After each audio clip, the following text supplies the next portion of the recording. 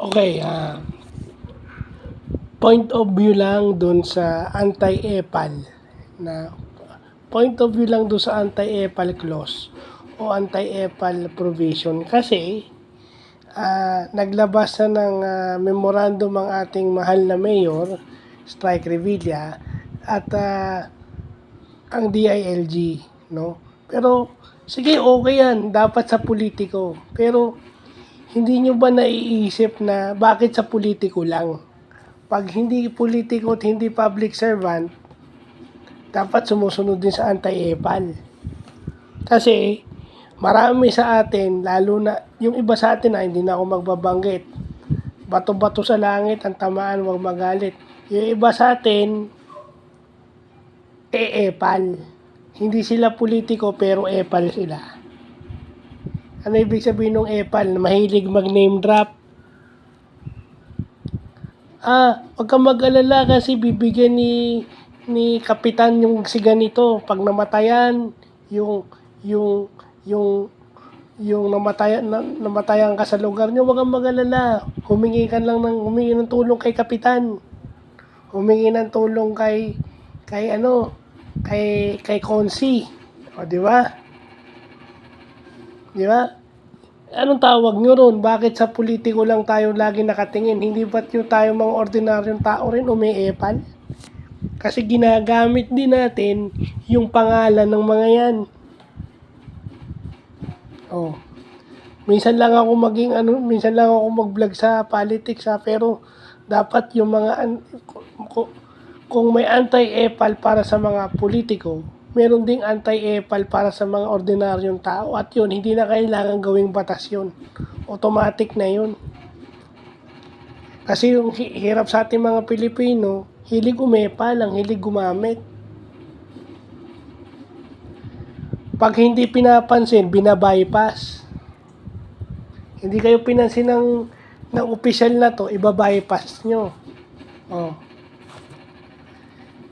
Sa tingin nyo ba sasayangin ng mga taong gobyerno yung oras at panahon nila sa inyo kung wala namang katorya-torya o wala namang kwenta yung sasabihin o isusumitin nyo sa kanila? Hindi mag-aaksaya ang taong gobyerno dyan magmula sa barangay. Kahit nga sa HOA sa Homeowners Association kung walang kwenta ang sasabihin mo, hindi kanila pag-aaksaya ng oras. Di ba?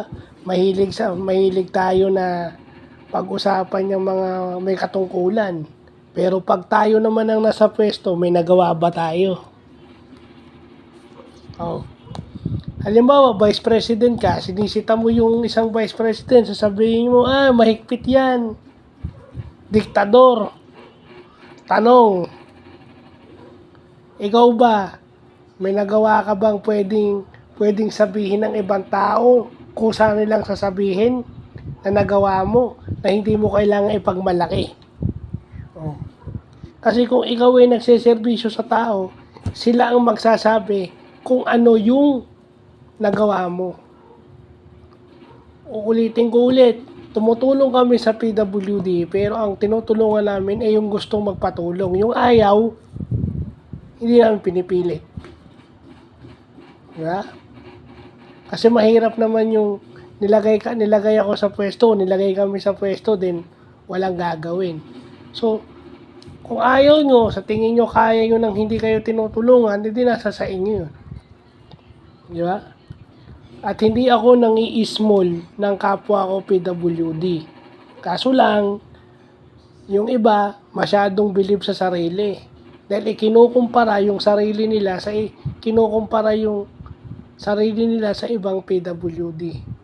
Pero hindi naman kayo gumawa ng opportunity para i-improve yung sarili nyo dahil meron kayong excuses. So bago kayo umepal, siguro bago nyo sitahin yung mga public servants, mga politiko, siguraduhin nyo muna na wala kayong isinasangkalan na pangalan ng kahit na sinong nasa serbisyo publiko. From barangay captain to mayor to the national government officials, wala kayong ginagamit na pangalan o pangalan ng kanilang opisina. So, yun lang po.